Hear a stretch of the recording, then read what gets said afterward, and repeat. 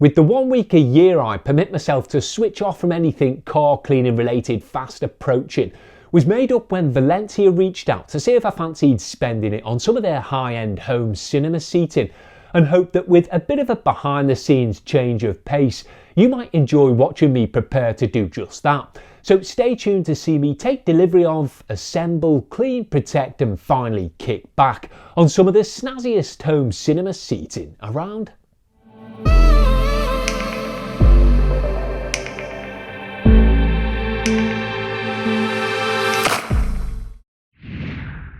So while I wouldn't call my combination of aging Sony Bravia and discontinued Yamaha sound projector a dedicated home cinema setup, do still enjoy kicking back in front of a good cult classic, and that plus the need to regularly edit outside of official desk hours means I could genuinely make use of some comfy, supportive and fully adjustable furniture. So step up Valencia Home Theatre Seating, who thought their Oslo Ultimate Luxury Edition might make for the perfect early Christmas present.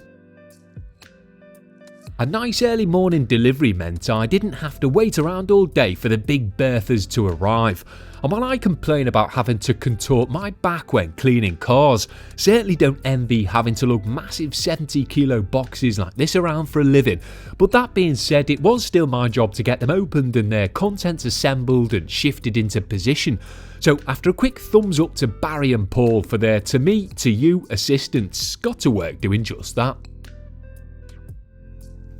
Now, the instructions recommend first flipping the boxes upside down, opening the bottom up, then turning them back round to essentially pull the box up and over the resting contents. And while a sharp of some sort will most likely be required, with goods this valuable don't want to be overexcitedly slashing and stabbing away. So I find gently freeing the sides of boxes like these first allows you to then lift the centre section enough to make a nice safe cut well away from what lies beneath, which in this case was thankfully just another piece of thick card. But the point is, you never know, so it always pays to cut carefully in these situations. With a bit of single-handed jiggery pokery, just about got the first box out of the way, which allowed me to then carefully cut and remove the tight plastic wrapping. And it's worth mentioning that a flat leather clad panel that clips onto the rear of the chair is stuck to this, so make sure you remove it before binning all of the plastic, or you might be left with an exposed backside. A thin dust cover was then removed to reveal the super soft gold stitched Napa leather base in all its glory, as well as a similarly covered seat back, which along with the second seat was unboxed and unwrapped off camera. A quick bit of unsightly tag popping and tucking on the plush headrests, as well as uncovering the metal brackets on the base, then allowed me to roughly position the big seat back. But before properly dropping it into place, went ahead and connected a couple of cables which feed the controls and inbuilt ambient LEDs. Inserted the mains power cable at the bottom and made sure the switch was flicked on. Then, although the directions don't seem to make mention of it, there's a semi-concealed zip between the seat back and base that I thought would be easier to do up with the extra inch or so of space you have prior to fully affixing. So went ahead and fiddled with that before firmly pushing each side of the seat back into place with a satisfying click. It was then just a case of removing some plastic covers off the accessory mounts up top and slotting the remaining back panel into place to cover the Oslo's inner sanctum to round off the assembly, which for something this size and weight was a piece of cake, which is good to know, especially if you're considering kitting your home cinema space out with a fair few of them. Now, before adding the second single-sided part of the seating arrangement, which I'd prepared earlier Blue Peter style, wanted to get the side that would be subsequently hidden away wiped down to ensure it was free from any factory smears or transport residue. So primed a soft towel with some of Gtechniq's fresh-smelling Tri-Clean all-purpose interior cleaner before working it over the quilted and stitched surface to hopefully leave a nicer than new finish, which for clean freaks like me is what it's all about. Plus this would serve as a quick colour fastness test, as I was planning to treat the rest of the leather to a wipe down with it too. But being a well-formulated product from a respectable brand, unsurprisingly passed the test with minimal flying colours, so finished the panel and put the cleaner to one side, confident I could safely go on to use it on the rest of the Italian leather. So once roughly parallel, to get the two seats connected, it's just a case of twisting out the ratcheted metal forks, then pushing one side over to mate with the prongs on the underside of the other one, and if they don't want to bite first time, which they didn't here, can easily be tweaked until they do, as they conveniently pivot every which way, which saves you from having to strenuously fully reposition the chair itself. So with the two seats firmly affixed into a plush pair, I could then get to work prepping all of the remaining leather with the Tri-Clean prior to illustrating their features. And while this product isn't classified as a dedicated leather cleaner, it is what Gtechniq recommend using prior to the application of their leather guard. Plus it boasts antibacterial properties which would help to keep any bodily contamination at bay, so I was perfectly happy to thoroughly wipe the soft stuff down with it from head to footrest here. Now, for anyone watching who might think cleaning brand new leather like this is unnecessary, while they might not be obvious, there will be smudges and smears present both from the factory and from your unboxing and assembly that might let down the overall box fresh look, especially on camera. But stripping things back like this will also ensure the proper adhesion of any subsequently applied protectants, which is important if you want to get your money's worth. Plus I just think it allows you to properly get to know your stuff, potentially uncover any defects that you might want to address, and generally just gain a better understanding and appreciation of how it was put together. But if you're not similarly inclined, then feel free to hop on and enjoy the plush ride right out of the box.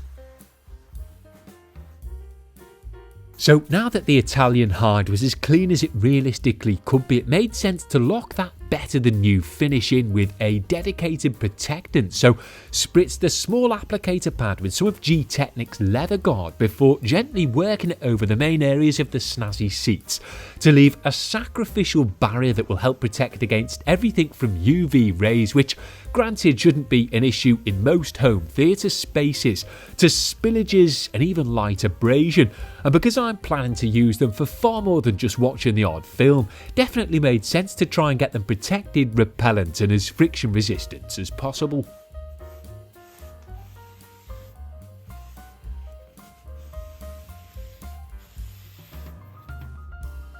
After being applied to a specific section, what residue remained after an initial flash off was then buffed away with a soft, fresh, dry towel, which was a pretty effortless affair, and as you can see it left a completely smear-free and factory-looking finish behind, which is exactly what you want for brand new leather like this, as conditioning creams and balms designed to maintain suppleness that can leave a sheen behind should really come later on in a leather's life. So I'd say either leave new factory coated stuff like this as is, or gently clean and protect it with a subtle but effective protectant that once applied you won't even know is there. Gtechniq recommend working this stuff over the surface in a circular fashion, which I did do initially, but felt so long as everywhere saw even an adequate coverage, then it was generally easier to just go with the flow. And while again I appreciate some folk might see this as a bit excessive, at the same time ultimately think only good things can come from practicing an attitude of gratitude by protecting and caring for your gifts and investments. And depending on how often these gifts are used, you'll get anywhere from 3 to 12 months worth of protection from this particular product. So we'll probably aim to reapply it in about 6 months, but for now this initial application will more than suffice.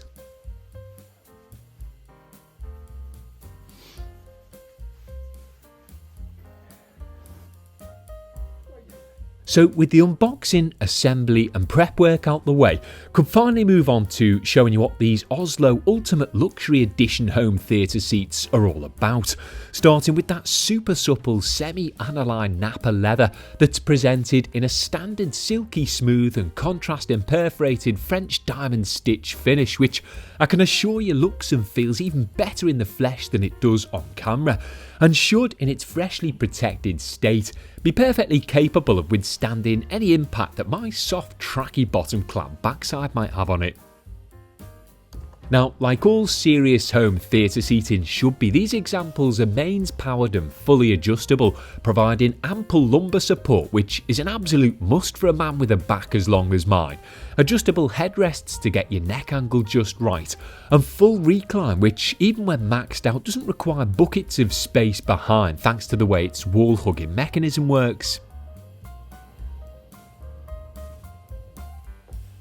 Everything is controlled via a small panel on the inside of the armrests, and as well as motion rockers, there's a memory switch to save your preferred setting once you've found that sweet spot, a home button that will return everything to the upright position, as well as control the inbuilt ambient LEDs, or neons as I like to appropriately refer to them. Then a pair of regular and USB-C ports allows you to conveniently plug in and trickle charge your various devices, which is particularly useful for someone like myself who will likely be parked on these for multiple hours at a time. Easy pop-up and soft close armrests provide access to deep velour-lined storage cubbies, which allow you to have whatever you need close by in non-cluttered fashion. And with 3 of them on this particular unit, I can easily keep devices, charging cables, remotes, and even maintenance cleaning products within reach. Then each of the Oslo's arms themselves incorporates a mount to house various accessories that are available direct from Valencia should you want to take your home cinema seating experience to the next level. Plus, sizable illuminated drinks holders allow you to conveniently keep your favourite movie consuming beverages to hand. And if you get a bit overexcited with your big bottle of Yazoo, so long as you've adequately protected the leather like I had here, needn't freak out, as a quick mop up, mist over and gentle buff off should take care of the bulk of the mess. But still, if you're the cack-handed type that can't be trusted with sticky substances, would advise just sticking to water when around nice Napa leather trimmed seats like these instead.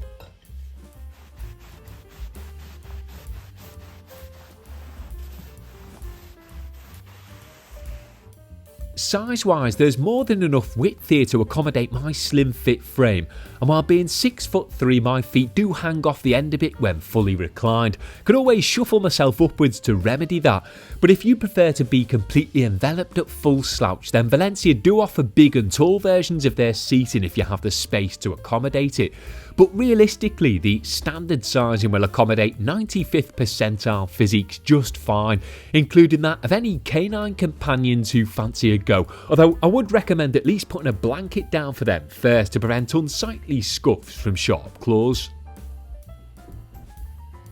So despite not having a dedicated home cinema space to accommodate them, still knew I could happily kick back on these bad boys, whether that be for a productive video editing session away from the desk, or for script writing in front of the telly of an evening when I'm still working but in a more relaxed manner. Plus suspected I could also make use of them in between videos to catch up on some classic literature, play some retro computer games for old time's sake, or even use them as a hot seat to let my creative juices flow in other ways, like composing my own 80s inspired movie soundtrack snippets. And if that doesn't qualify me for ownership and usage of such a thing, then I don't know what does.